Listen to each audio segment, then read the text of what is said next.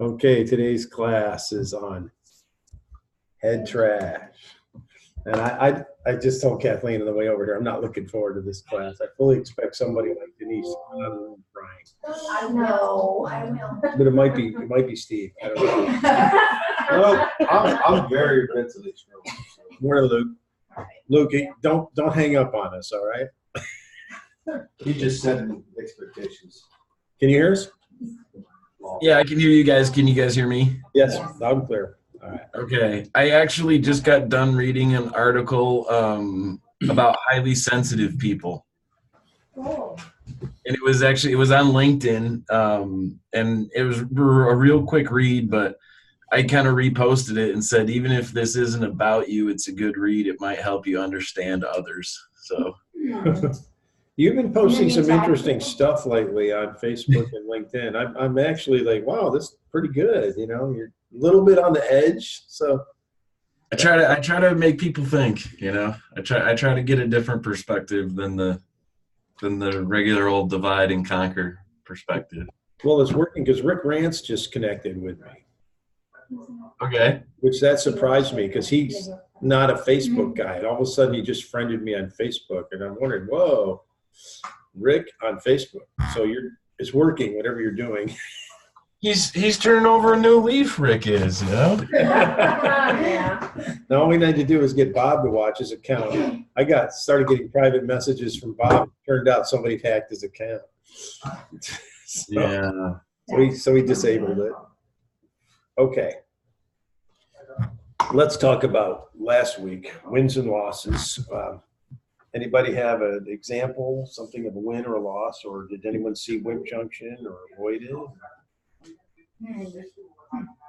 Well, we met a couple of Veterans Beer Club and just got to know them a little better. The husband is wanting to start a security company, start his own, manage it. So I think that was a good connection.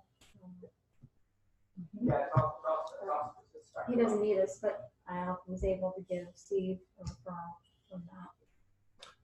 So that's a win for that. But, yeah. I have a funny story from there. I don't know if it's a win yet. I consider it kind of a win. I'm talking to my mentee. I'm part of the camaraderie, right? So I'm mentoring Ricardo Garcia. Huh? Camaraderie? Not camaraderie. Camaraderie. Camaraderie. It's an A. Camaraderie. Ace has a. Oh, it's a stupid French word. Don't tell me that. We were just arguing over entrepreneur. It's enterprise. Head trash out of your head. Okay, yeah, I'm getting the French head trash out of my head. It doesn't matter how I pronounce it. Anyway, the guy I'm mentoring, Ricardo, the guy I'm mentoring, I'm talking to him. These two guys come up and start talking to him, and they have this logo. It says Gas Up, GASUP, and I was wondering what it meant. I have an interest in gas, so it wasn't that, as it turned out. But so I'm talking to them, and they're telling me about this app they have where you can, download on your phone, pay $15 a month to be a member, and you push in like I need gas, and it comes to your location. They bring a truck and they fill up your car. What? You only get 2 watts a class. You've used them up. Don't talk to me about this kind of stuff. I do not need my wife knowing that someone can drive to her house and give her gas. That's right. And it's the same price as the I pump. would tell a woman that.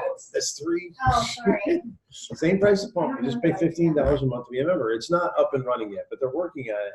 And I'm saying, like, wait.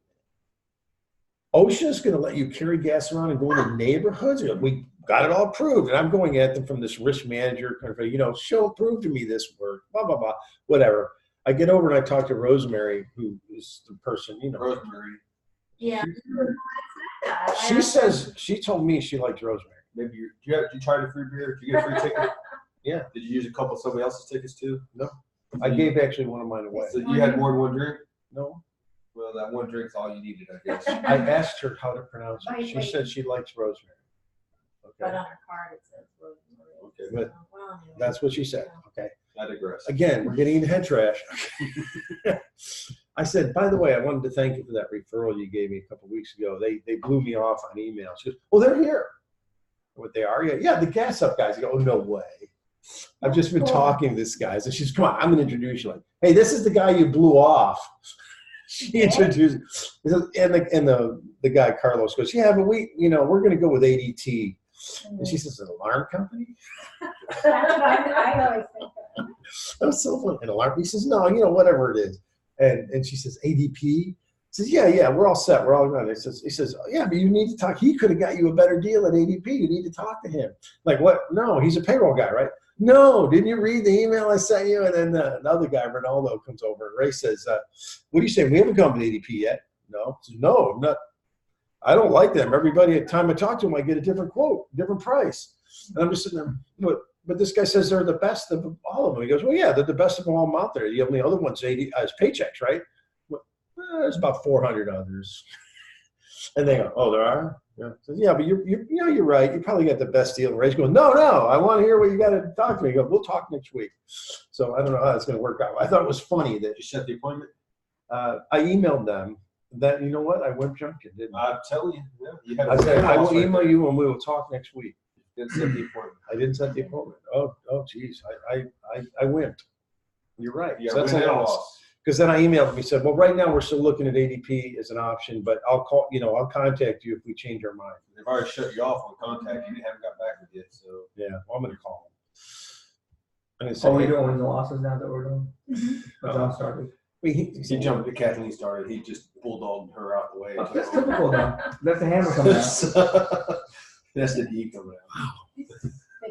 this is my week to get abused, isn't it? Anybody else have a win or a loss? I think you believe that. Oh yeah, I mean, just lots of wins. So You lost one? I married the beautiful redhead. That's win number one right Oh, look at that. Okay, there. See that? sucking up is fine, Yeah, but not in class. Hey, you know you gotta do it once in a while, right? So now she get gas delivered to the house. No, that's not happening. No, sorry. So in my BNI group, ended up getting a great referral for a customer. So won that. Nice, but I don't know. So tell us. Ongoing. Well, I just went in there and told the guy what he needed, and he said, okay. Is it done? Yeah, I mean, I just told him. I said, this is what you need. He goes, you got a brand new office. He goes, I said, you need computers, you need the wiring taken care of. I said, you need the phone system. He goes, okay. He goes, let's do it. It's all right. That's all right. So he signed the contract. Pretty much, you can check. No comment. Okay, gave you a check. Oh, We're done. He already paid me for the cabling work we did. did it clear? Yeah. That's the first thing you want to know, does the check clear? Because you don't have the deal until the check actually clears the bank. And then, and so we've been doing putting in the phone system for him this week, the post-it voice, which will be an ongoing monthly, about $150 a month for the next, however long I see the customer. We'll pay net maybe about, So $150 a month? and we'll pay net out of that probably maybe 90 to 100 by the time our cost for the phone. All right, that's not $1 on the wall then. So $100 a month will net out of that probably. Yeah, not $1 on the wall yet. So it was good. It was good. It was $400 for the cable. My internal threshold is like 10,000 a year. Yeah. Go up 10,000 a year. Not doing that with this guy. Luke, That's pretty decent though. He pays for the donuts. you got something, Luke? Well, basically, my slump is continuing. I got some stats. Out of 31 companies I've called since our last webinar, I've gotten 2 responses. And most of that, which in my mind is not very good numbers. It's almost 10%. Yeah. But with that, I mean, one person, I've got a tentative appointment with him, but I mean, trying to get solid appointments with people I'm just kind of, I mean, not on a horrible, depressing slump, but the floodgates have got to open at some point, I'm thinking, type of thing, I have an idea for you. Are you familiar with Reference USA? No. I'm going to send you a link and a username and password we're members of the Orange County Library System. Okay. And one of the things that they spend big bucks for was two things. They spend money for Reference USA and Morningstar. I know Bob he used to have a Morningstar subscription. I don't know if he does anymore, but we get it free through the Orange County Library. And I'm going to send you my login, and you can go in there and search for Reference USA, and then you can put in demographics. You can do an advanced search of active companies in certain areas with certain businesses. Like you could look for people that are in pharmaceutical production or something like that.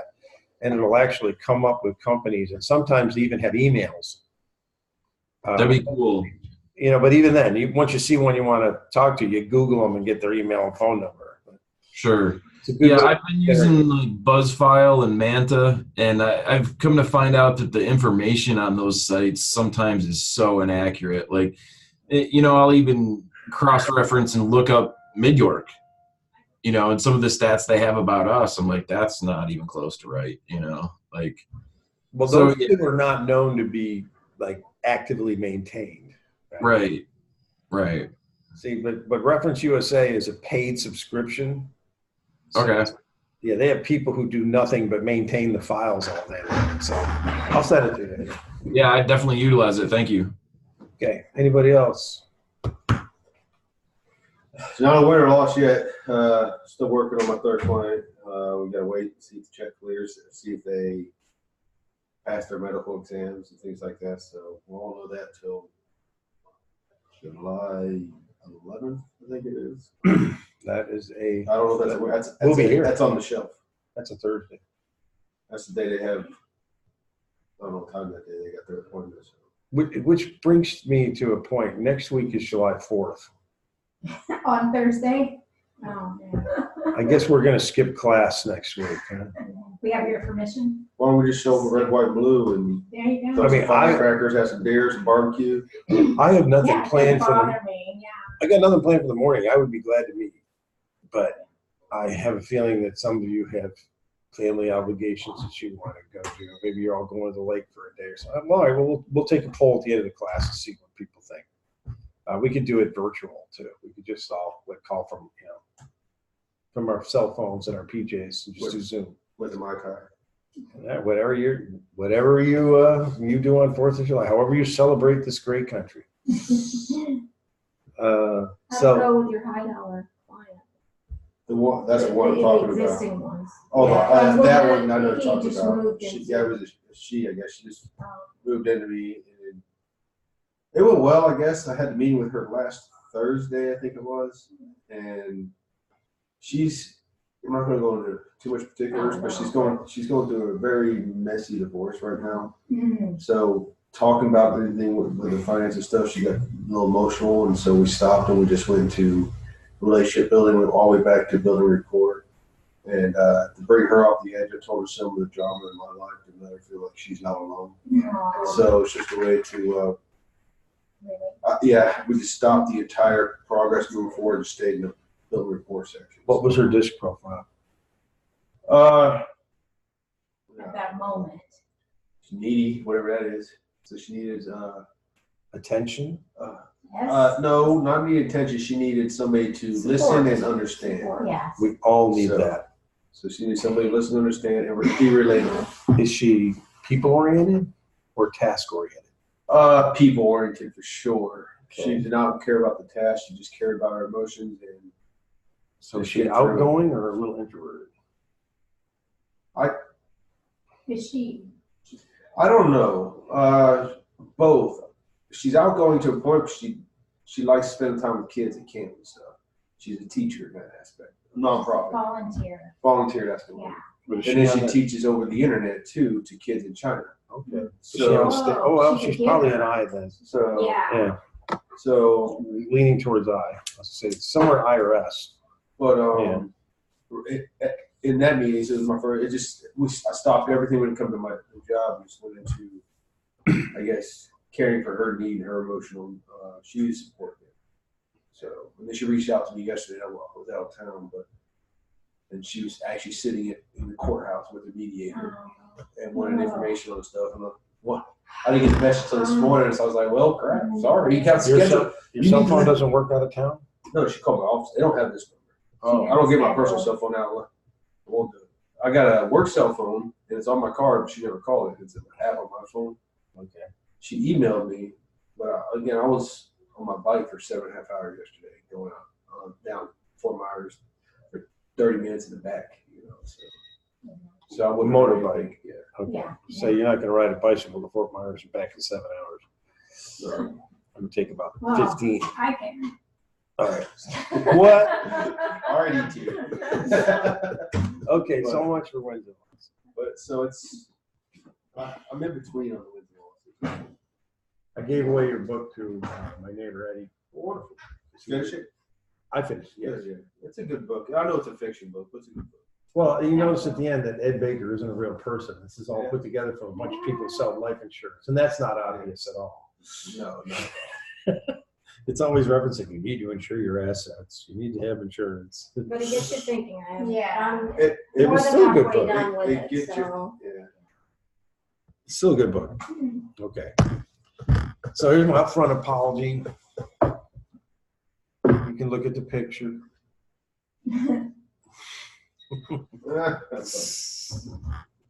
So Puss in Boots says, "Can you please forgive me? I'm going to hurt your feelings." I will try not to, but do I have your permission to say something direct? If I think that's head trash, you need to get rid of it. Are you going to? Sure. I'm not worried about you. It's not head trash, is what you're saying. Get off our contract. You can't say anything Yeah, about do it. I have your permission? Getting permission up front. That's right. That's why it says upfront apology. There you go. Okay. Identity role. The reason we do IR theory is to get rid of head trash. It's one of the main reasons. Head trash is anything that stops you from being an I-10. Do you know what I mean by I-10? Best person you can be. No, you are you. You're born at a 10, and then you get the head trash, and you slowly go down. Your identity is your self-image, not about what you are, okay? Not your roles, but your core beliefs, your self-confidence, okay? I'm like 12 then. Yes. Probably. Well, everyone should be I-10. You should have confident in your beliefs, have no insecurities. You realize that insecurities are, and like, we all know, I mean, even after 10 years of this, I still get insecurities about, speaking in front of you about this today. So I'm afraid I'm going to do something wrong. And Kathleen's going to remind me later to do my biggest fear thing. So remember that. You're going to remind me that because I didn't put it in here, but I want to talk about it. So let's take a look at it. So what's your I? Me? Yeah. I'm high as you can possibly go and charge No, higher. but not the number. What is it? What's Who I am? Who are you? I'm a guy that cares about me and my family and what's best for me and my family. Everything else in my life is just a vehicle tool to get me Okay, that's sort of a role though.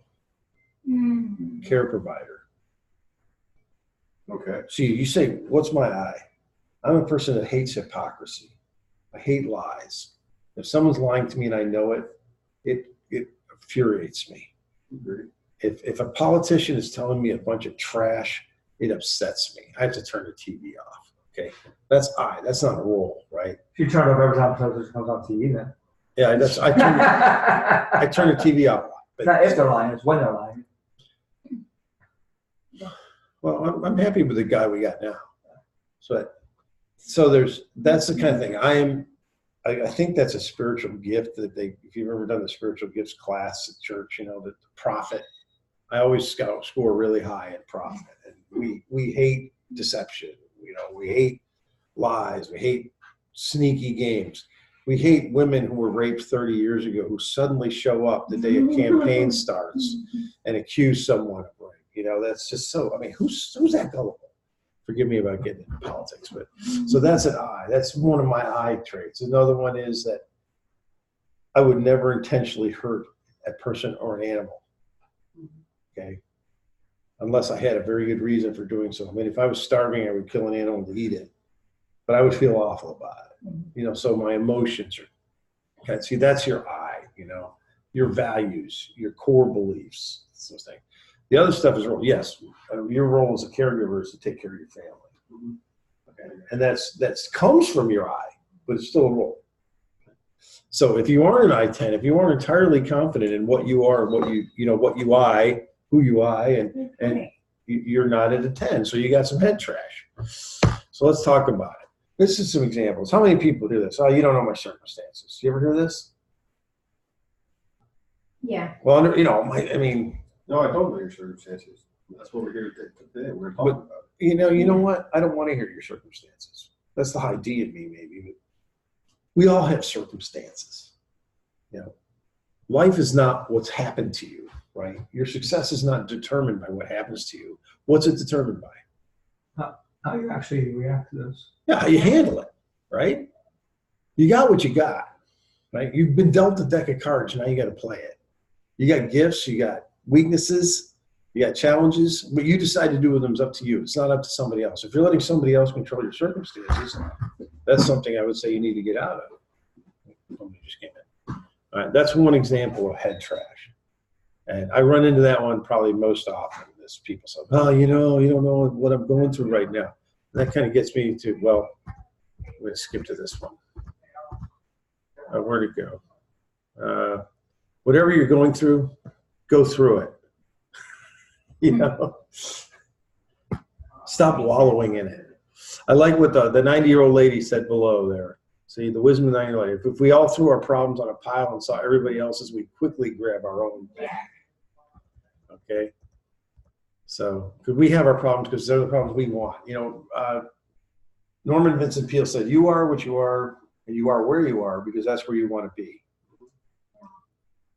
So, when you sit there, "Oh gosh, all this bad stuff has happened to me," well, it's only happening to you because you're letting it. Yeah. Right. So I get this a lot. I say I'm a very unlucky. People say I'm an unlucky person. I'm not lucky like you. People say, "But you're lucky." I go, "How am I lucky?" "Well, you get to work at home. You can go ride your bike whenever you want. That's lucky." I go, "It's luck had nothing to do with it." Isn't it more like when opportunity and action meet? Preparation. Preparation and opportunity. There And you then, go. and then you've got to take action. That should be the third part of it. You're right. Okay. When opportunity and preparation meet, and then you move on it, you take action. Doesn't mean you have to take every opportunity. I don't believe in rushing anything. If somebody says to you, like, "You got to get in now," I'm not getting in. This is a limited time offer. That's a con. Okay. But anyway, getting into I don't like it when people call me lucky or when they say they've been unlucky. I mean, some people, they tell your story, you think, "Oh my gosh, this person's just got the cloud over their head. Everything bad's happening to them." Well, they're letting everything bad happen to them. I have a question. We are conditioned to say lucky and not lucky and no luck and things like that. So it takes time not to say it. So if I say it, Do you know why we say it? why? Because we don't want to admit fault. Yeah, it gives you a pass. Right? It's an excuse. Like, well, I could be like them. It's just I'm not as lucky. We lost Grace. Grace was feeling unlucky. She's already leaving. So that one I don't like is when people tell me they're very unlucky. You're focusing. Everyone's heard this. There's this popular thing going around for the past 10 years called the law of attraction. And it's been used to start a zillion multi-levels and make a lot of people money. But it's actually based on something Norman Vincent Peale taught us back in 1910 or whatever it was he was around. The power of positive thinking. Yeah. If you believe you can do it, you can. If you believe you can't do it, you can't. Whatever you believe, you're right. And I do believe that positive thinking matters. There's a lot of books I want to recommend today. The Power of Positive Thinking is one of them. Another one is The Magic of Thinking Big by David Schwartz. If you read just the preface of that, you're going to be impressed. And the first 3 chapters, she's back. The 3rd chapter blew me away. Welcome back, Grace. 3rd chapter, the Magic of Thinking Big. Now, a lot of what I'm teaching today was learned in Amway. Okay, I'm going to tell you that right now. I don't endorse joining multi-level organizations. Okay. I don't think they're as good as people say they are.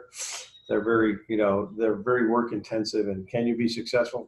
Maybe. I mean, certainly people have made successes out of it. But I'll tell you one thing they did know how to do was teach everyday people how to sell and teach people how to get rid of head trash. They were all those tapes that we used to listen to remember when we had tapes? A cassette player in the car?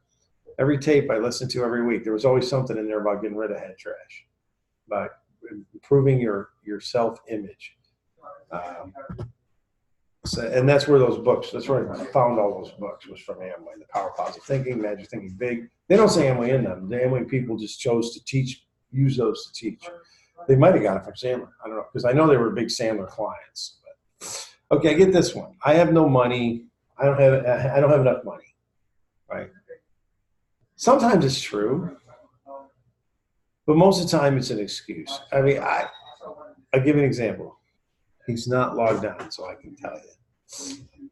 I wanted to send one of my franchises to the FAIA show last week. I said, you go to that show and meet all those agents. It's Florida Association of Independent Agents. You go to the show and you're going to meet about 400, 500 agents.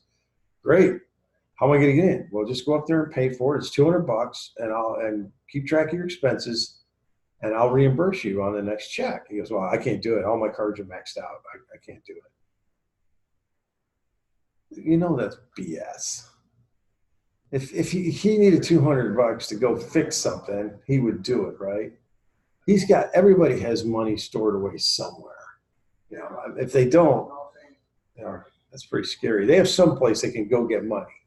If you need money, you can go find money. Right? If you really believe, you just need to be willing to make a commitment, right?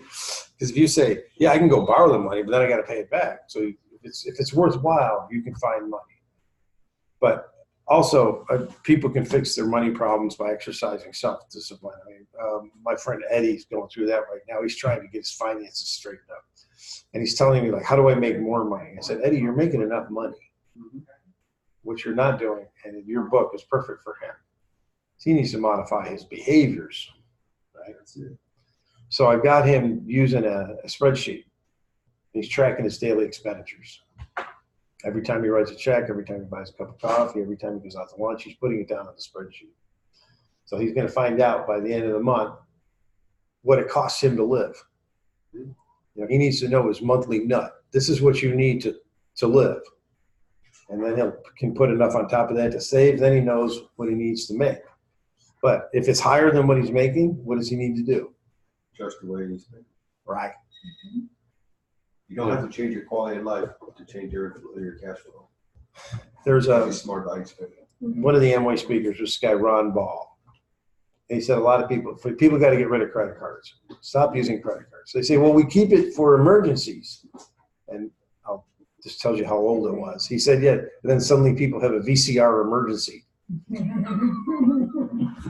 Or with us, it would be an MP3 player emergency or something, or an iPhone emergency. Laptop emergency. Yeah, something like that. Currently, Yeah. Tablet, yeah, current. An Xbox emergency. With us, the Right. fridge. But no, you obviously know how to manage money. There's a lot of people out there who spend what they don't have. They spend next month's paycheck before the paycheck's in. They're always living 1 month behind instead of living 3 to 6 months ahead. That's a whole. That's society. I was at a SCORE meeting yesterday downtown, and the Regions Bank people were speaking. And they did some independent research. I thought their numbers were low, but they said 44% of people do not understand money. That's pretty low. I would think it's higher. I thought it was higher. You don't teach it in school. What do you expect? What's that? Yeah. They They don't teach it in school. Yeah, and 42% of people were spending more than they made. That seems low too. 80% of people in the United States alone are not prepared for retirement. Period. Yeah. Well, okay, that's That's quoted from Morningstar or New York Life or somebody like that. I trust their numbers because they went to an independent source, and they said that it was something like 38% do not have anything set aside for retirement or have insufficient funds set aside for retirement. But still, 38% of the people, that's a good market. You got a good market out there. Yeah, that's pretty good. I mean, how much is 38% of 400 million? 400 million. Yeah. Not enough. It's over 100 million. Well, then how many of them how many Steves are them in the world trying to get 400 million? It's not, well, yeah, but hey, no one said it's going to be easy. There's only one Steve I know. Just okay. curious. See, There's only one of me. I'm a high eye. How many high eyes are out there? You're not a high You don't That's a Just You one have question. you have it How out, much but you're do you a D need all the way. What's that? to How much retire? do you need to A retire? million? Take, Depends on take- your here's your plan. quick answer. Take how much money you want per month in retirement. So you want $10,000 a month in retirement. Pay your bills and live off to travel. Multiply by 300. I'll tell you how much money you need 300. to retire. And how many Hey, that's a years? roll. How many years? Why 300? That's 2.5. That's 12 12 and a and a half half years. Less than 10 years. Could be. Huh? That's 12 and a half years. Depending on what you need in retirement and when you're going to retire, but that's the rule. The rule of thumb is the rule of 300. You So- multiply what you want in Whose retirement. rule is that? You're almost scared to live I longer. don't know. That's the rule of Say, thumb. say that calculation again. Whatever money you want in retirement per month, multiplied by 300 is how much money you It's should less have than 10. invested or saved. According to for people who retirement. sell you investments and savings. Yeah. I mean, it's No, that's. The money is still growing I would itself. think It's it would be invested. more. that's 12 and a half years. No, it's 300? 300 divided by, 12. are we talking months? Say if you want $10,000. 25 years. 25 years. Okay, I was off by a factor of 2. 25. I don't understand why you're saying years. He's saying month. Years. I don't So know. if you do, It's 300 months. if you want $10,000 a month in retirement to pay your bills and 10,000 a to month. travel, whatever. Wow.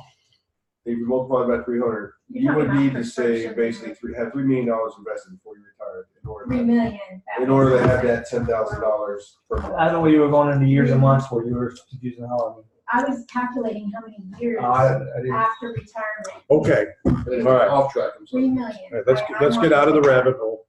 Well, It's a good rabbit hole, but but. we That's got, the rule of thumb. There. let's go back to that. Okay.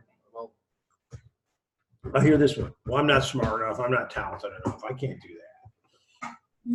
And when is business success ever about being smart? You know that Bill Gates has a 95 IQ. Wow. No way. Mhm. Really? Wow. But what does he have? Money. good team of people. Good team of people. Yeah. Wisdom. Yeah. He's got determination. I think that's really. It big doesn't part. take intelligence to make smart decisions. It takes wisdom. Wisdom. For you Right. Dungeons and Dragons people, you know they're different. Yeah. Right? Intelligence is your ability to learn fast, perceive things, but wisdom is the ability to evaluate something and decide whether it's good for you or not. Yeah. Intuition, Yeah. Hmm? Intuition. Well, intuition would be more the eye. Wisdom is more from experience. Yeah. It's not how much knowledge you know, it's what you do with the knowledge you know, and that's wisdom. Gary Gygax, the founder of Dungeons and Dragons, said, no, I've learned from some weird sources, but he said intelligence might be, I might have the intelligence to know that smoking is bad for me, but I don't have the wisdom to quit. Right. Exactly. That's what he said. Sorry, I learned from weird stages, but there's who's winning the race. The left foot. Steady person. The left. The tortoise who is not stopping. He keeps going, right?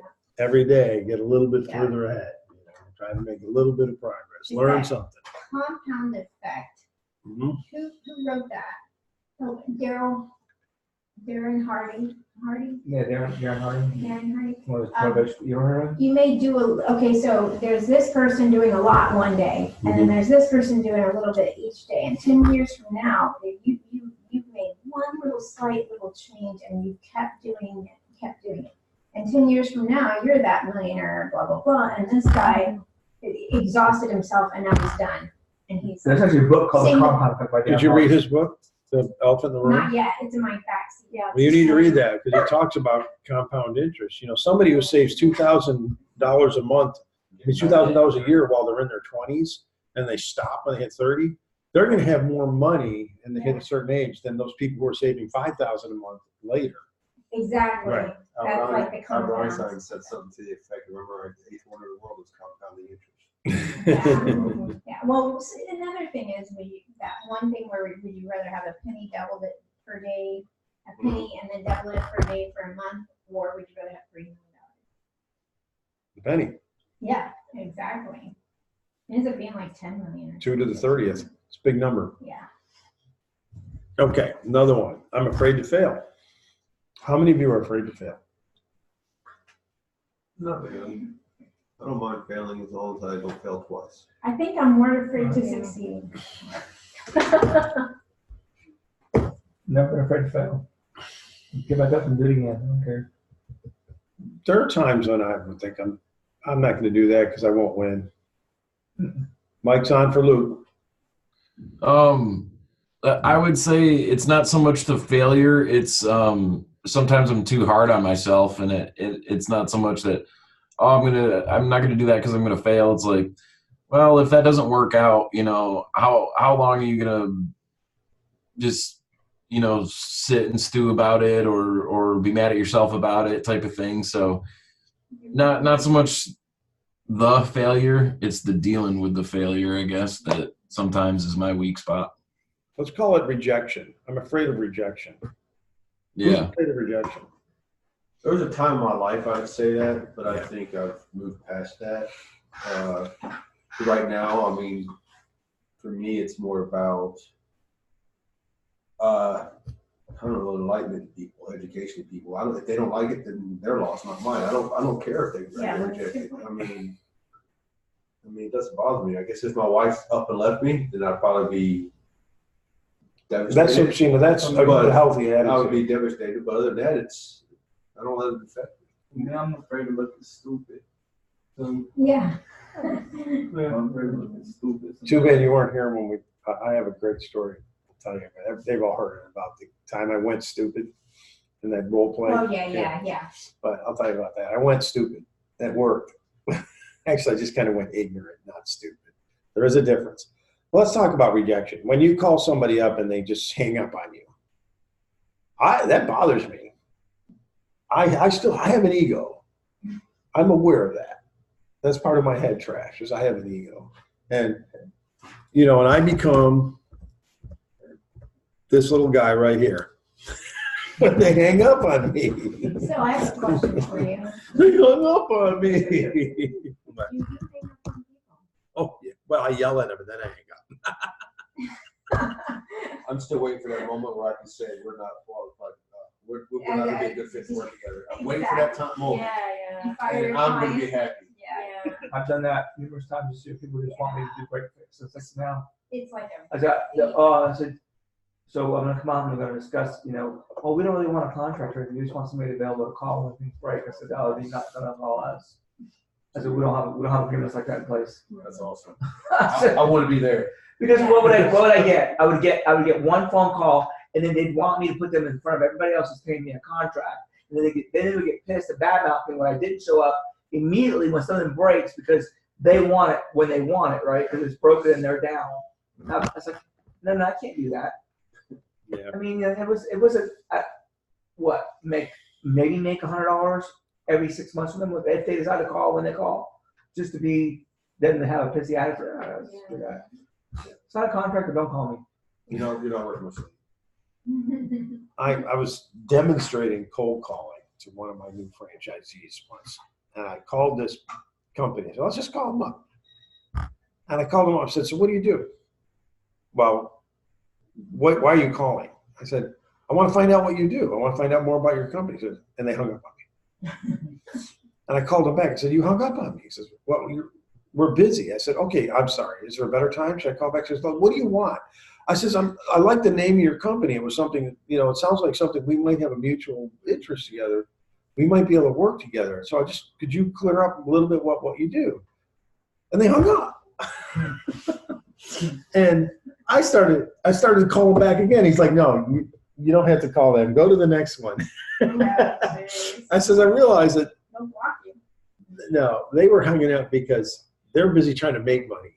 And they realized that I wasn't going to make them any money right then. They were the ones who were short-sighted, not me. Okay? So that's why I didn't. And it was a call center. They're supposed to take calls. That's funny. But that, I don't like it when someone, like, they didn't give me you remember the Bill of Rights, what Grace said about the trial? Everybody has a right to be heard. I felt I wasn't getting my right to be heard. And I realized that's head trash for me, right? Not all people want to hear your story. You got to remember that. And guess what? I think we all know this. Not everybody's going to like it all the time, right? Can't please all the people all the time. Mhm. So, and also the last thing I like there, if you want to change some things in your life, you have to change the things in your life. So anyway, I get that may not be related to afraid to fail, but certainly afraid of rejection. Once you get rejected a bunch of times, you kind of get used to it. The comfortable thing. Yeah. You should get used to Oh, well, being okay. uncomfortable. Yeah, everybody has their comfort zone. And we can talk about comfort zone, right? That was a big buzzword in Amway for years. You got to get out of your comfort zone. You have to do things that make you uncomfortable. You have to get comfortable with being uncomfortable. You gotta be comfortable as you don't care about their feelings, you care about how you feel. Yeah, but you're also experiencing new things. So if you're uncomfortable with going into a new environment or doing a new thing that you're not used to because you want to progress, you got to get comfortable with being uncomfortable. You know what I'm saying? I understand what you're saying, but But me you don't personally, care. I don't care. But me personally, if I go to a place and I bomb it, and I'm not comfortable doing it, I just bomb it, I go home, drink a glass of whiskey, and I'm good. You are comfortable with bombing and being Yeah, it's because I've talked in front of hundreds of thousands of people at a time, so it doesn't bother me as long as I prepare. I mean, sometimes I don't prepare it. Can I just tell you, I'm really glad you're in this class. Why? Because you just sometimes come out with these. opposite. Yeah. No, I mean, I'm sorry. no, it's very educational. And look, if I stop learning, I start dying. And I learn something from all of you every day when you're teaching. So I'm hoping I'm passing it on. I'm hoping I'm passing on what I've learned, but I still learn something for you. And I love that. If I go out and bomb and I get home and have a glass of whiskey, everything's fine. I mean, why can't I do that? Because I have. I don't know what you mean. That sounded hot. I have head trash. I don't do Okay, that. you're right. It does a little bit. There's a hole in there. You need an MRI. Oh, no, you guys all hear not. So, Damn, it's not a coconut over there. Anything in there but milk? Okay, what disc profile was she right there? Entertaining. yeah. Hey. I used to do that bit on stage at Bonkers Comedy Club back with Oh. Bill, You? Billy Gardell. Yeah. Oh You? yeah, No, I was not Billy you. Gardell and Joe Hammond. I was on stage with those guys. You're awesome, Dwayne. This is a great class. Oh. I'm not good at basketball. learned forever. I couldn't see the trash can. I don't hear it. You gotta see that it's old. I was like, Have you ever heard this one? Yes. I don't want I just to make said more that. money. It'll put me in a higher tax bracket. No, It'll make me now B. I'm guilty of B. It'll make me a target because when Kathleen and I first started our business, we got lucky. And a hurricane hit. You remember Charlie? yeah. And so all of a sudden, all these people needed workers' comp.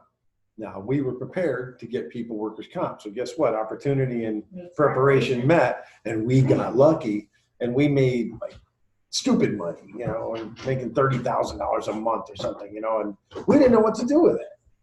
So I was a sucker I was afraid, gosh, I don't want to have this money at the end of the year. I'm going to have to pay taxes on it. I need expenses. I need to go out. I need to spend this money, because I don't want to have it in an account. I'm going to have to pay capital gain. I obviously didn't know enough about money. So every guy that called me up, I started listening to their pitch. And this one guy called me from a NASCAR team. Said, you really want to sponsor our car? And, we were NASCAR fans. I said, sure. Boy, talk about a way to blow money.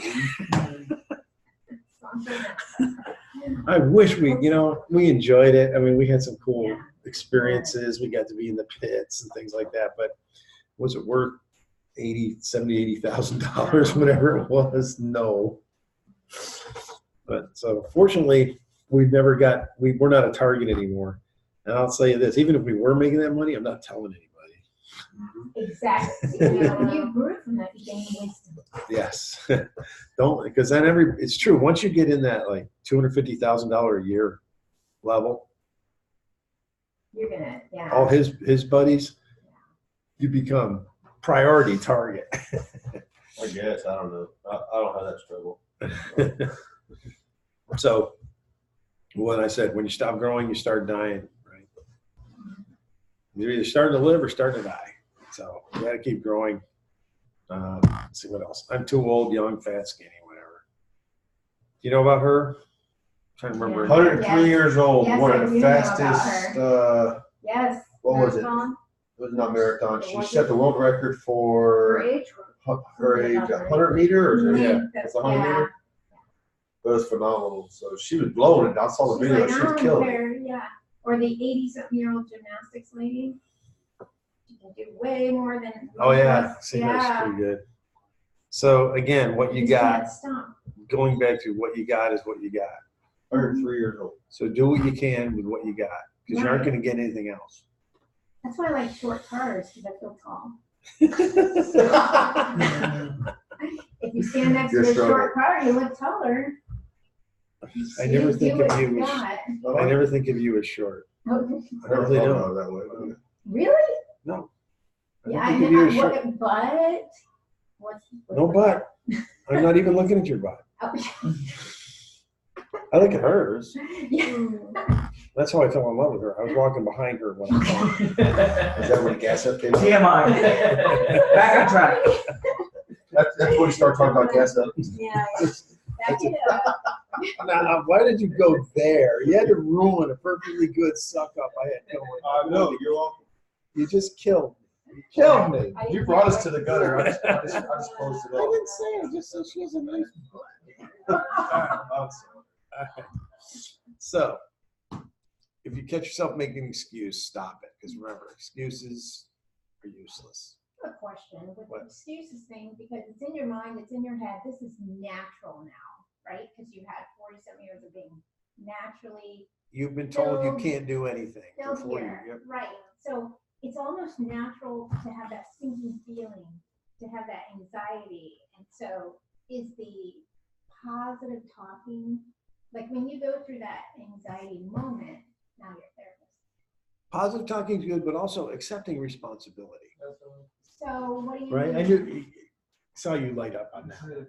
Accepting responsibility, does that? Give me an example. This stupidest news story I ever saw in the world this morning.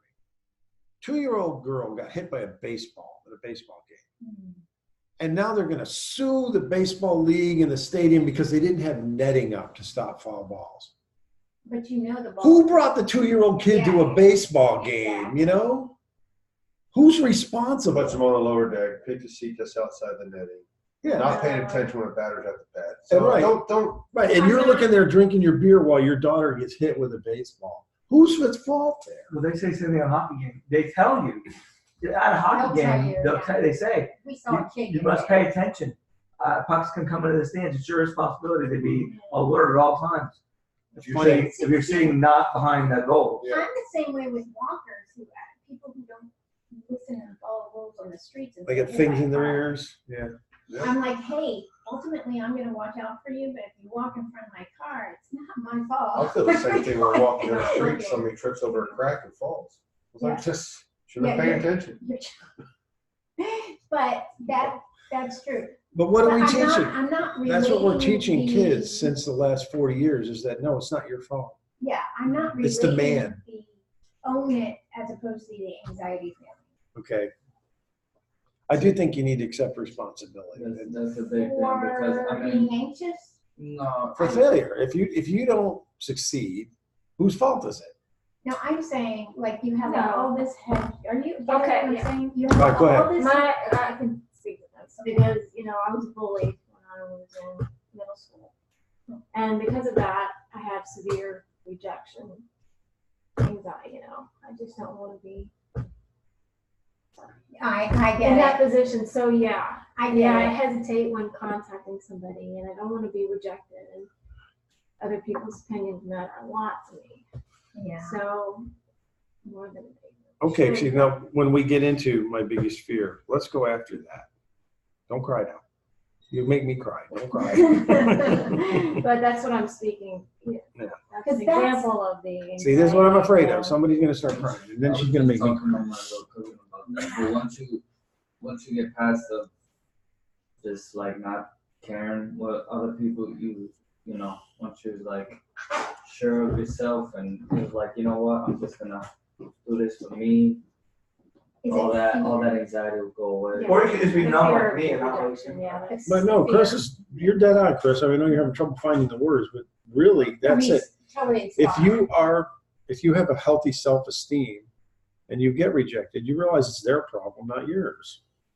So Right. to get from this person to that person, see what I do, I'm not perfect at it, is I will say something out I loud. don't think you're perfect. So I'll say something out loud and it becomes my reality. So I'll say, I don't care. I've heard people I who don't care. have discussions with their mirror in the morning. Are you one of those? You talk to your mirror in the morning? Not really unless I'm like I'm having to rehearse something, like a speech or something. But I will say, I don't care. I don't care. The I don't moment care. And then I feel good. when I just realize the moment I start getting anxiety is when I start thinking what other people are thinking. So it's just I Yeah, gotta same like here, program same myself. here. I gotta program myself to get out of people's head and stay in mine. I have an answer. I have an answer for that What too. they're thinking. It's good to start thinking what other people are thinking, but try to think why they're thinking it. Yeah. They're thinking it probably because of their own self-esteem Right. problem, right? Bullies, let's face it, bullies have a low self-esteem, yeah, so they yeah. get okay by bullying other people. Remember the whole not okay? Bullies are very not okay. That's why they bully people, because it makes them okay. It pulls them down and it pulls them down to their level. Mhm.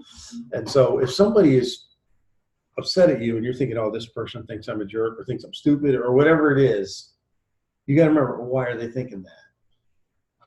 They're not perfect. Remember, everybody else has head trash too. You're not the only one. Right. No, Chris Yeah. is saying he's trying to be a mind reader, and you shouldn't be trying I to used to do guess a lot what of they're, yeah. Yeah. or I have that. assume that Now they're it's like, already you know have a what? bad opinion of you. You shouldn't be Once a mind reader. Once Okay, I just stay okay. in my thoughts and I'm good.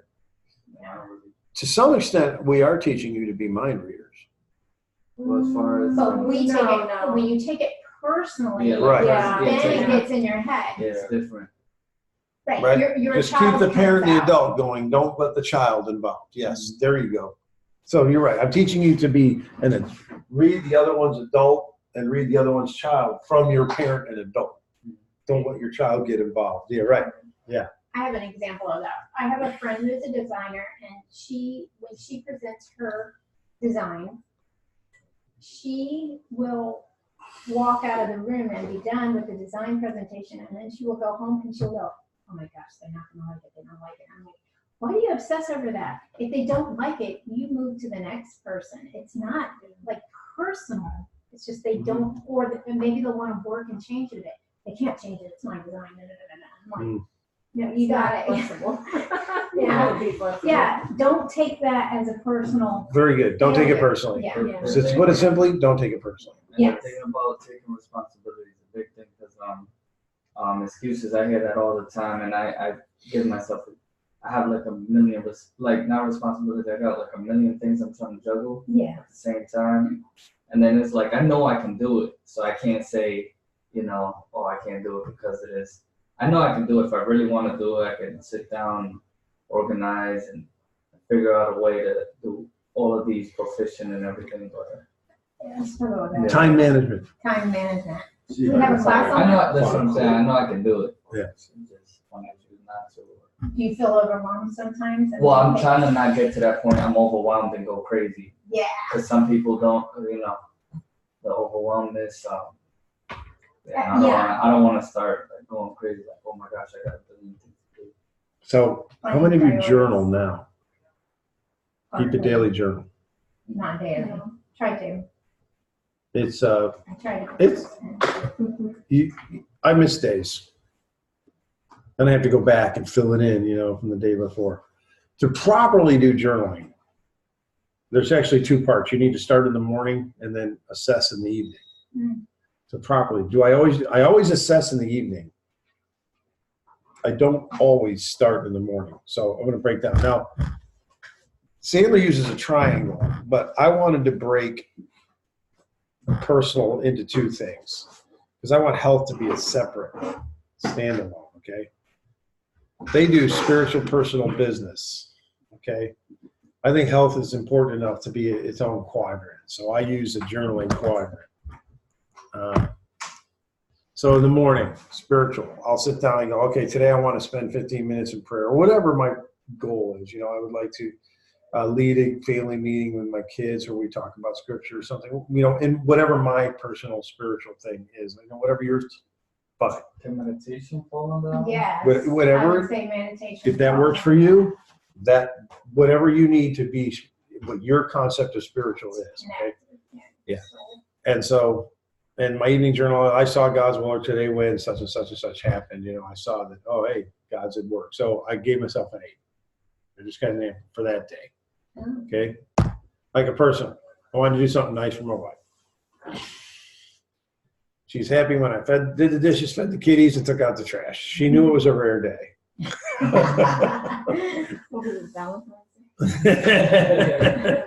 So, she's hanging around me too much. Yeah.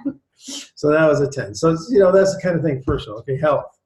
I do my 30 minutes of cardio, do my 24 push-ups, which I'm up to this month is 24 a day. Next month will be 25, and so on. And I did my bike an hour, and I got my push-ups done. So that's an 8. I exceeded what I said I was going to do, right? Then business. Made 2 new contacts, insurance agents today. And actually, it wasn't email. I actually used LinkedIn and email to reach out to 5 and had conversations with 3. So I exceeded. So I gave myself a 9. If I had all 5, it would have been a 10. And you just kind of keep track of things like that. And what it does is it gives you something to do for the day. And at the end of the day, you hold yourself accountable by journaling. There's spiritual, personal, business, and what? Yeah, I'll show you this. This is mine. Okay, you do your own if you want. I know, I'm just getting guidance. This was one somebody recommended to me, and I've been using it. And so far, I feel it's working because if I get to the end of the day and I haven't done something I said I was going to do, if it's starting to get near 5 o'clock, I got to go, oh, I got to get going. Oh, I haven't reached out to those 2 agents today. What in the Tuesday class, Mike and Eric are giving people homework. They're telling them to have 2 meetings a day, either in person or by phone, where you're actually talking to somebody about business twice a day. So that's 10 meetings a week, right? Because we're business days. Some of you can work on weekends too. That's up to you. But that's the homework they've been giving everybody. It's 2 meetings a day. And then you have to adjust your behaviors to what's going to get you those 2 meetings a day. Okay? But your head trash is going to get in the way of that. Mm-hmm. So if you're journaling and you come to the end of the day, and it's, say, like with Luke, it's 4:35, and the office closes at 5, and he hasn't had those 2 meetings yet. But he's going to get on the phone, isn't he? Or what were the behaviors you needed to? Suppose you needed to make 10 calls, if that's one of your behaviors, or make 10 LinkedIn contacts, or 10 private messages on Facebook. However you're doing to reach out to somebody. On the office, as you're walking out of Sandler, there's a sign on the wall that says, 1 more call. Mm-hmm. Before you leave, make 1 more call. By the way, that's also the password to get into the go-to meeting for them, just so you know. 1 more call. And that's not a bad sign to have. I have a sign above my desk that I didn't follow because I wasn't at my desk. It says, what's next? What happens next? But I do like that 1 more call. If your pipeline is not as full as you like it to be, what happens when your pipeline is not full? You are basically have to restart from fresh because you lose all people on the edge of your funnel or the edge of your margarita glass, I call it. And, therefore, nobody's going in to become your next contact, your next sale, your next anything. How's it affect you? Well, it affects your monetary, your everything you spend that money on. How does it affect your head? Oh yeah, that's true. Let's think about it. I guess it could demoralize you a little bit. Feel overwhelmed because you have to catch back up. Might give you some commission breath. I could. In Yeah. desperation. Or suppose you've got a pipeline. I use one of these whiteboards behind my desk in the office, and I write down, who are my prospects up there. Mhm. Sometimes I think I'm doing good because I look up there and there's 7 or 8 prospects. But then I look at them and I say, that one's dead. That one's dead. I'm not even talking to them. Why do we even have them up there? And then I go up there and I start erasing and realize I got to fill up the pipeline again, So, but I have noticed, and I noticed this right off when we started our business in like 03. When did we move into the office at the airport? 04? Somewhere around there. We had an office at Executive Airport, and we'd go in there, and I noticed that when I was busy, I didn't care if somebody started giving me I'm not interested. I would say, it's fine, I got to go. Let me know when you're interested. And I would go to the next one. But when I wasn't busy, I was like, what do you mean you're not interested? Started getting a little clingy, So if you got, and remember I was talking to one of my guys who was working for me then, Clay. I said, if you got 10 hot ones, you don't care if one goes south. But if you're clinging onto a pipeline, and there's people that are on there that have been there for more than, say, 30 days or whatever is a good time for your business, if there's somebody that's been on that pipeline and hasn't moved after a certain amount of time, they don't belong on the pipeline anymore. Mm-hmm. Have we talked about closing the file? No, I haven't talked to you about closing the file. I don't think so. Sometimes you got people who just hang on that pipeline. You email them like, oh, yes, we're still considering, or, oh, we're going to get back to you, or you call them and go, real busy right now. I know this tactic. You've got some of these, right? So what Eric recommends, and I started doing it, I send him an email saying, listen, we've been sitting in the same place for a long time now. I get the feeling that this isn't going anywhere. You're just being nice. Thank you for being nice. But should I close your file? Even though there's no file. Well, it's files in my mind. know, I have files. I have yellow folders in my head. Yeah. So should I close your file? And you'll get usually it gets a response back quickly. Yeah. Sometimes they say like, yeah, you're right. Close the file. Is that bad? No, No, it turns the maybe into a no. Now you Thank can- God. Yeah. I like a no. You can make room on your whiteboard now. And what if they say, no, don't close my file? When are we going to move forward? Well, then it opens up a questioning technique, and then you call them up and you go, geez, you just told me not to close your file. I really thought you were not interested. No, we are interested. We are just really busy. I said, well, okay, look, I get busy sometimes too, but can you give me a date that you want to sit down and do this? And if they say soon, you know what? I'm looking at my calendar. I can't find soon.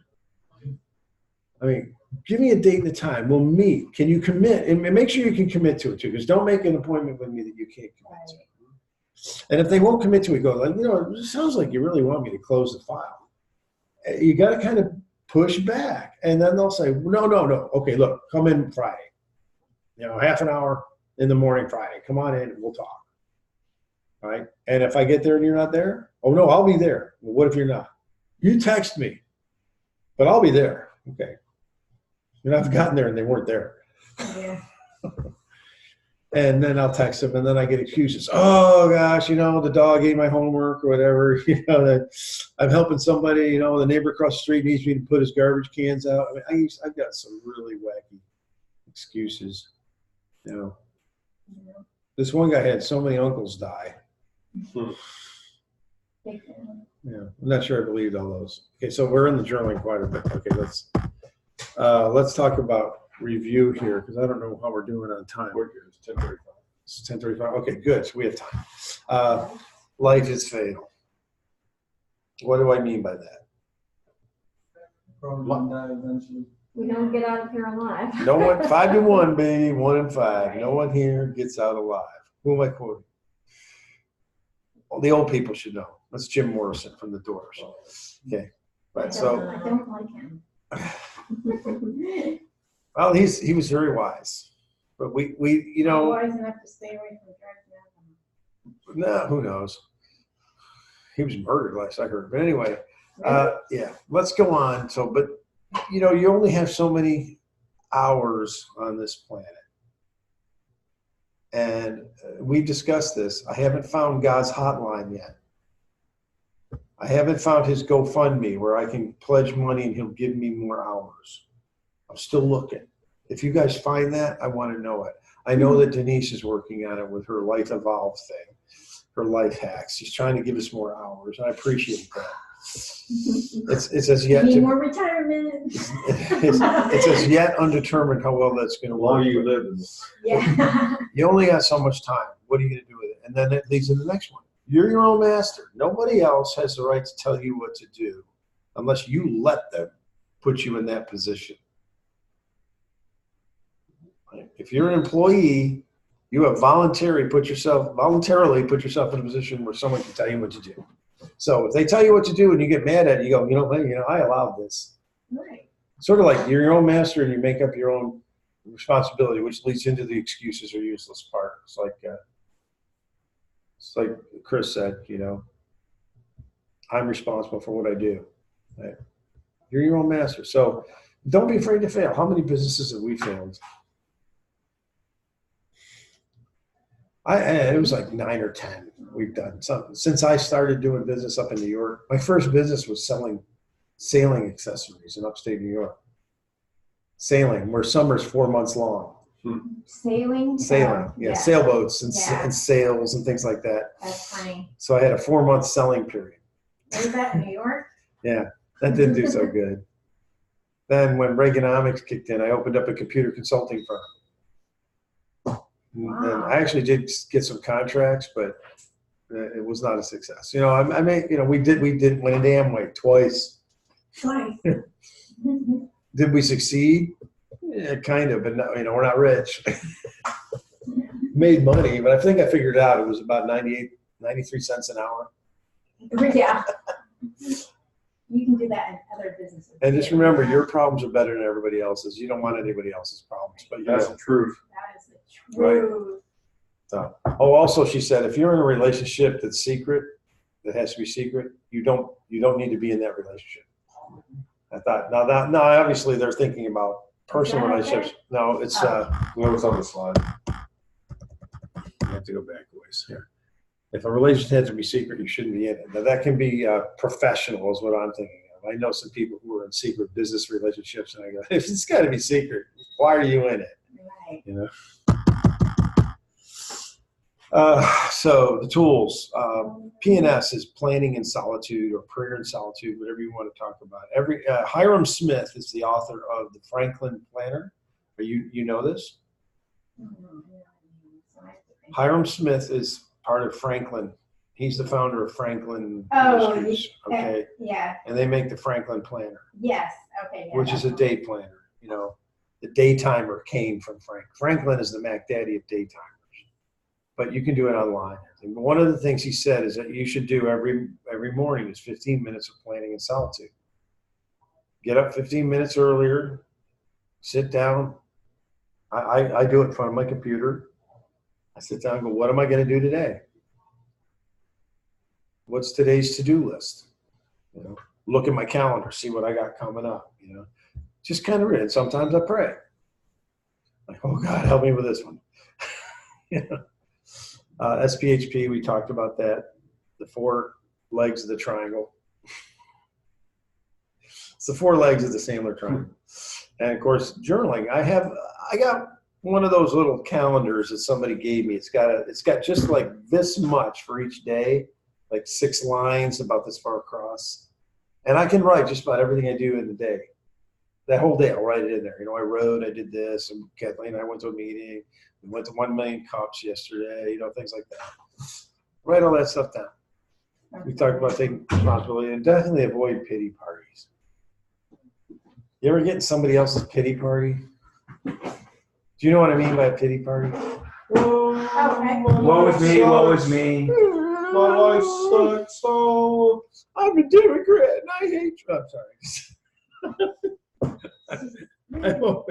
I don't know who's going to see this, but I see a lot of pity parties on network TV lately. Okay, so this week, take out the trash. That's your assignment. Before we get into lessons learned, I wanted to You're supposed to remind me. Oh, fear. My biggest fear. Can we go around? Luke, I'm going to start with you because you're online. What is your biggest fear as a salesperson?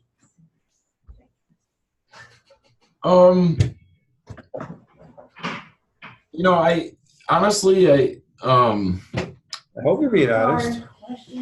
I guess my biggest fear would be, for whatever reasons, for a customer to get really upset and go on one of these internet bashing campaigns.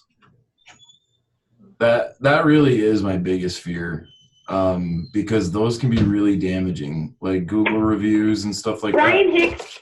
I feel like that should be outlawed anyway. What? And because a lot of people take those as scripture.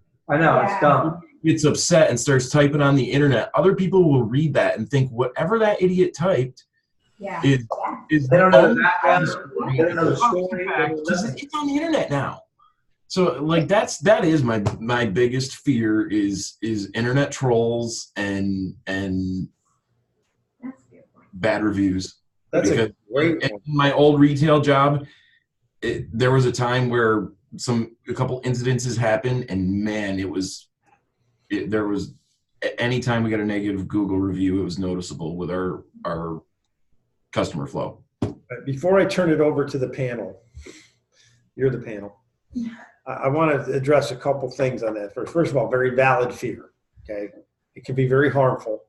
However, I do think that people are suspecting you. If they go to your Google review and there's no negative reviews, or if they go to your Facebook page and there's no negative reviews, they say, oh, look, this person just got their friends to go out there and put on all positive reviews. Because if you've been in business any kind of time, remember what I said? You can't please everyone all the time. You're going to get some negative reviews.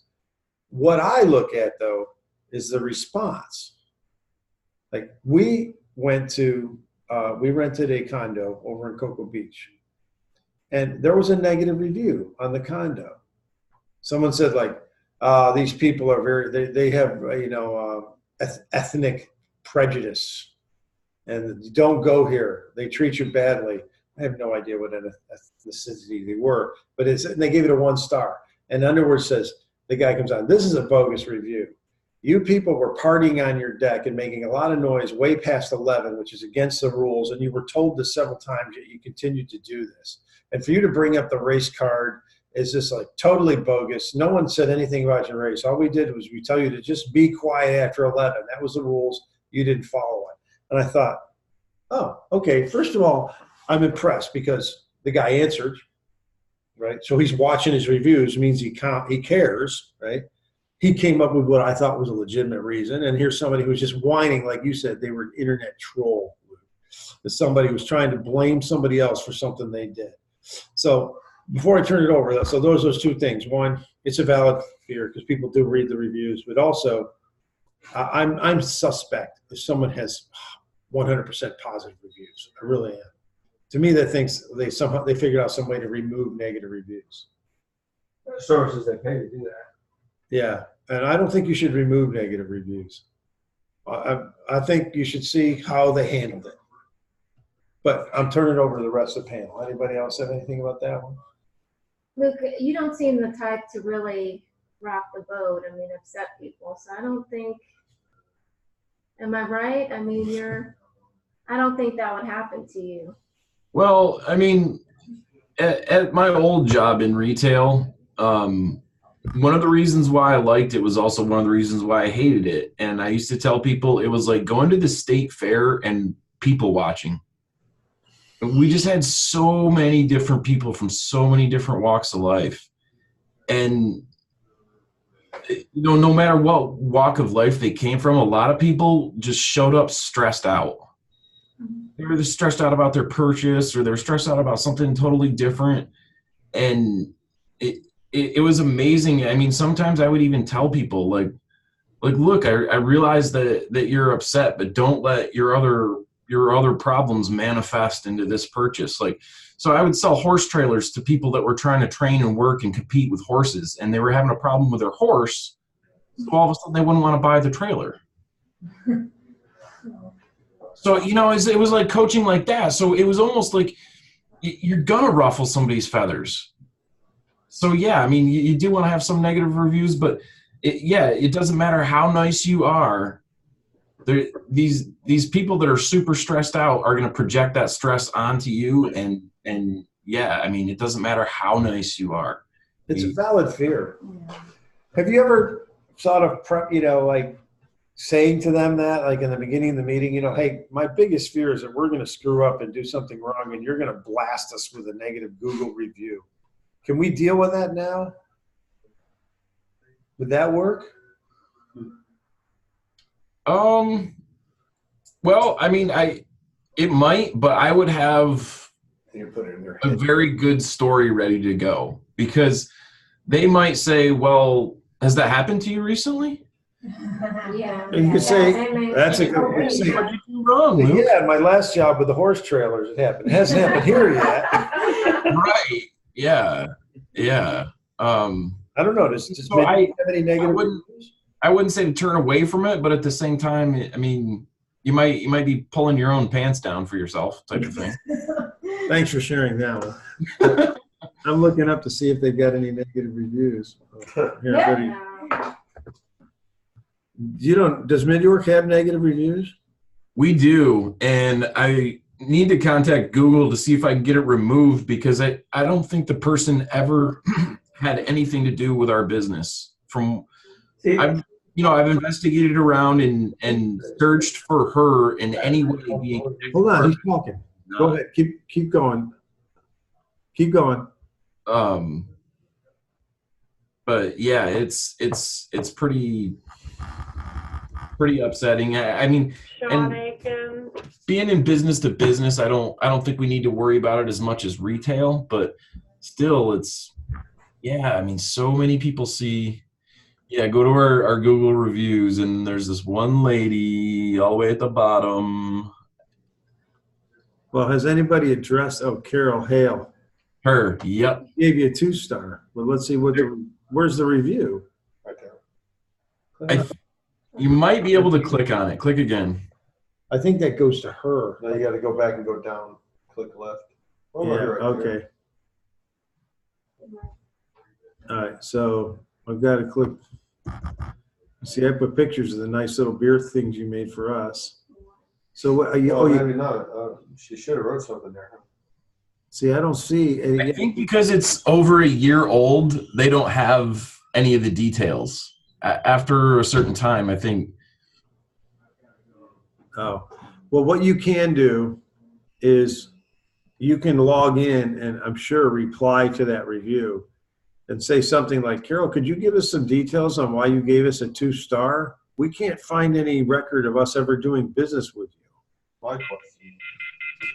Yeah, when I get the time, honestly, I want to see if I can contact Google and say, hey, I think this review is just completely bunk. I don't think this woman has ever utilized our services or done business with us, because there are people that they get paid money to do these reviews online. Yeah, but well, see, the local guides, I'm a local guide, so I'm aware of what this goes on. See, these local guides go around reviewing things just to build up their own little guide star thing. But right. You're going to have more success addressing her than you will Google, because Google is terrible about answering this stuff. Nobody wants to take the time to answer. I mean, you have to really, like Andy was telling us, what he got, where some girl gave him a 1-star review because he wouldn't take her home, and she said that he did take her home and abused her and stuff, and he finally had to get someone on the phone at Google in San Francisco and get them to remove the review. And he said it was like pulling teeth trying to get somebody on the phone. So it was just so one-sided. The company to have that kind of flipping power over your business. That's why that's a huge fear, because that company, Google, has that much power to control your business. Yeah. This girl was somebody that he met in a bar, found out he owned a business, and but this is what happened, and so she got mad because of the situation, nothing to do with his business, and she just said, boom, nasty review on for his business. Are you kidding me? Very scary. Wow. Yeah. And they're not willing to hear both. You can't hear 2 sides of the story. Yeah. For every review, you got to have a way of verifying who that reviewer is and say, okay, Yeah, well, you're automatically guilty. Again, I view it as an opportunity. Ask them, say, look, what's happened? We don't have any record of working with you. Why are you giving us this bad review? And then make themselves, give them chances to, if they don't answer you, then, well, okay, it's a bogus review. If they do answer you, then you get a dialogue going. You might be able to clear it up. I almost want to cross-check the positive reviews too. Yeah. Well, if they say something good, you can then reply like, hey, we remember you. Yeah, we really enjoyed working with you. Hope we see you again soon. Something as simple as that. But, I definitely think you need to have somebody who interacts with the reviews, especially the negative ones. Yeah. Oh, yeah. Okay. Good head trash, Luke. Did we cover any little bit? Did we help at all with that? Yeah. Yeah, definitely. Okay. Yep. Grace, you still there? There she is. Yeah. What's your biggest fear? I don't have one. You don't have one. I mean, I can't think of one right now. Besides lizards, I'm afraid of lizards. Their biggest fear is keeping the camera on. All right, Grace. Didn't mean to put you on the spot, but I want you to be ready because when I say I'm going to ask everybody, you're part of everybody. Okay. Now, Steve, what's your biggest fear? When it comes to sales, it's for me, it's giving advice that's not accurate and causing somebody else, I guess, hardship, undue hardship, financial hardship. That's probably my biggest fear. Is the way I combat that is I don't tell anybody anything without being 100% positive or it's a good question. I'll get back to you because I don't know right now. But that's my biggest fear is giving the bad advice. Poor advice. I'm going to let you all jump in and say, what I'm going to say, right? Go, not okay. No. What do you mean? Well, I'm going to look at Steve and say, why are you giving advice? It's my job. That's your Why aren't you asking questions? Your job's to ask questions, not to give advice. But once Let's ask questions. Eventually, you're going to have to give some kind of advice. Yeah. Questions can't go on forever. At some point, I have to say, you are doing a stupid decision right now by keeping all your money here. No, you never have to say that. See, having so much money in cash is not doing well for you or something. And if you do that as a licensed financial advisor, you better do a big disclaimer beforehand.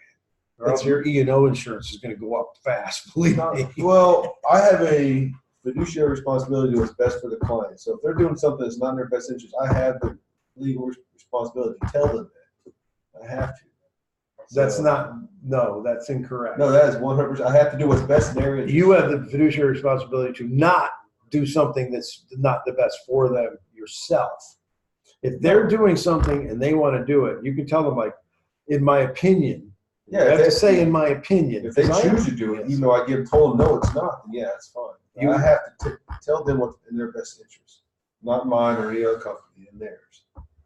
So. Well, I don't know. You got to check with your about that. I don't think they want you making those kind of sorry, we're getting into insurance specifics here, but we are under errors and omissions insurance that tells us it's not just insurance, it's everything. But that's the one that's going to pay. I don't go after. I don't chase pay. I don't chase paychecks. I don't do anything. I go with I mean, it's going to pay if you get the claim. If you get an E&O claim, you don't want. I don't do workers' comp insurance. Life insurance has errors and omissions. Yeah. You can get an E&O claim.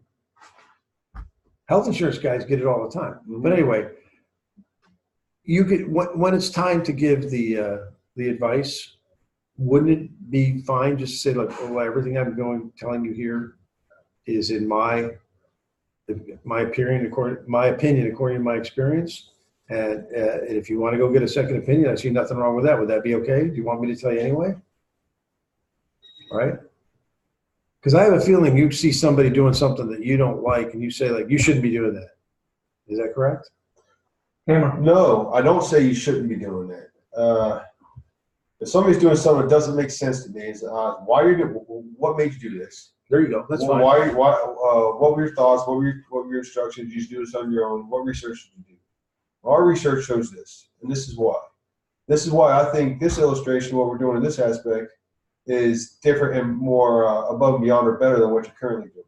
And I compared what they're currently doing to what we're offering or whatnot. Do you make a promise? Is there an implied? I don't promise? make any promises. It's not my job to make promises. My job is to educate, give you all the information you need. So I have to tell you, and then say my recommendation or my advice would be this.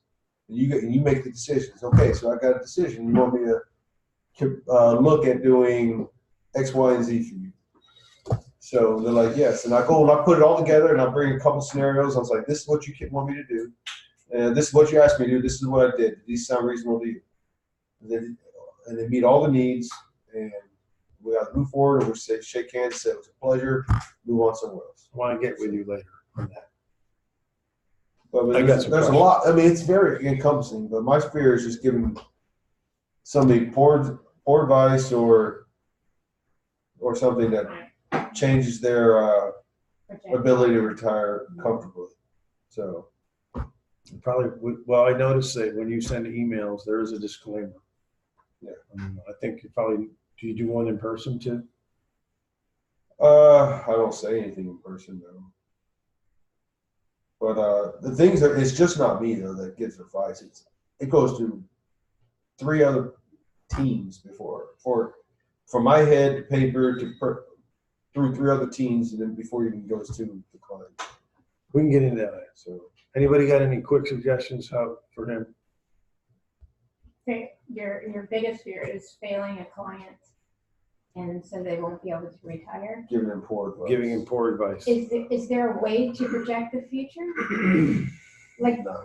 yeah. So if you give them advice based on your knowledge now, that looks good. There's not much you can do about the future. But if you purposely send them down the wrong track, And Which that's you not wouldn't being do. fiduciary responsible. yeah.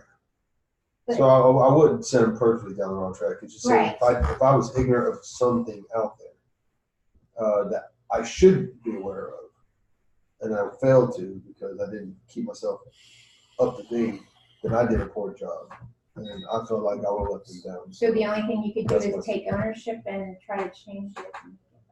Okay, how about Chris? But that is a very. That's for me. So. I'm gonna talk to you after. What's your biggest fear? Look, like I said, looking stupid. You know, I'm sorry, I'm laughing. It's just so funny the way you say that. Embarrassing yourself. I do embarrassing that every myself. Oh. Or I'm afraid of looking stupid. It's just what was that? What was that TV show where those guys talked? Sopranos. Huh? Sopranos. No, I never watched that. But I'm thinking it was Satch and Mahoney. You remember the Bowery Boys? That's where they were hysterical. Anyway, digress. So you're afraid of looking stupid. And possibly biggest fear, maybe just not being in control of my outcomes or something like that, or my life or anything. You know, I want to kind of keep a sane mind. But as far as sales, yeah, Are you in control of your life? I'm trying to be. Nobody else is. If you're not, who is? Try to grab that pen. Yeah, that's good. I'll never think of Yeah, like I said, you know, it. Up to a certain point. I'm yeah. juggling a lot of things. This is new to me. A lot of things is new. I just will focus on one thing. I was happy and content, but now I'm doing a lot of things at once, and I'm working through that. So, and I've seen the product of someone that can't handle a lot of things at once. A friend of mine, he's just super stressed all the time. It's super tension. It's getting better, but I was I definitely don't want to be like that. Anybody got Biggest fear? a little advice for Chris? I think he's doing what he should be doing if he's afraid, I mean, afraid just of daily being journals overworked. can help definitely. Mm. That He's into lessons learned already. Look, he's ahead of us. See, my thing was a fear of looking stupid, and I've had that a long time ago when I was standing in front of people and having Standing in front of giving people. classes or presentations or teaching and things like that.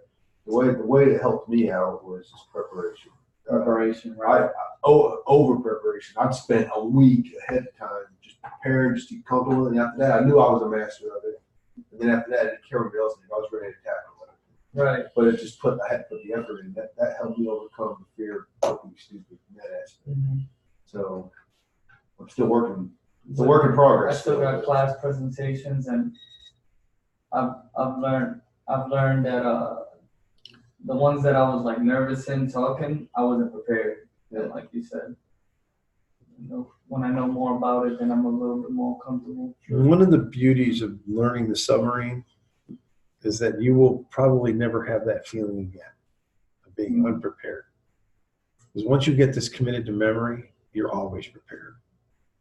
So your opportunity and your preparation meet, and then you get all this great luck. What a family. You two are both comedians. It's great. Do you want to tell us something? What's your biggest fear, Denise? My biggest fear is giving up, being discouraged, and then just giving into the discouragement and giving up. That's why I'm trying not to give up. I don't give up. Even though I keep getting knocked down and keep, whatever. It's not about my future at this point. It's about, can I handle this without giving up? If somebody knocks you down, what do you do? Wallow. No, I mean, suppose you're walking down the street, somebody bumps into you and knocks you over. What do you do? Get up and punch him in the face. Sorry, who the hell do you think you are? Do you know who I am? Skip the I'm punching in the like, face man, part. But you're the first thing you do is strong. get up, right? You ever heard of Les Brown? Yes. Les Brown? Black guy. Les Brown? Yeah, he is. He's African, So black, whatever. you can say black. He's a motivational. He's a great motivational speaker. And one of the things he said is, if you could look up, you could get up. Oh, I'm getting that now. It's just that I know me better than anybody else in this room. Well, maybe not better than him, but I will not. I can only take so much, and then it's like, bam. But then I do that speech in my head, like, hey, you're not giving up. You're just gonna keep going. It's not about winning or losing. It's about not giving up. Right. Les Brown has a 5 CD series, which I can sum up in 3 words, although it's awesome. It's worth listening to the whole 5 CDs. The first one is called It's Possible. And you go through and realize that if you can believe it, you can do it, it's possible. And then one of them is also, it's necessary, right? Success is necessary. And then the third one is, it's worth it. It's So possible. it's possible, necessary, it's and necessary, and it's worth it. Success is worth it. When's the last time you had a big success? Think about the last time you had a win, a big win. December 16, 2016. What was that? When you got discharged? Yeah, I got married. Oh, okay. Aw. Was it a great day? How did you feel then? Wasn't it worth it?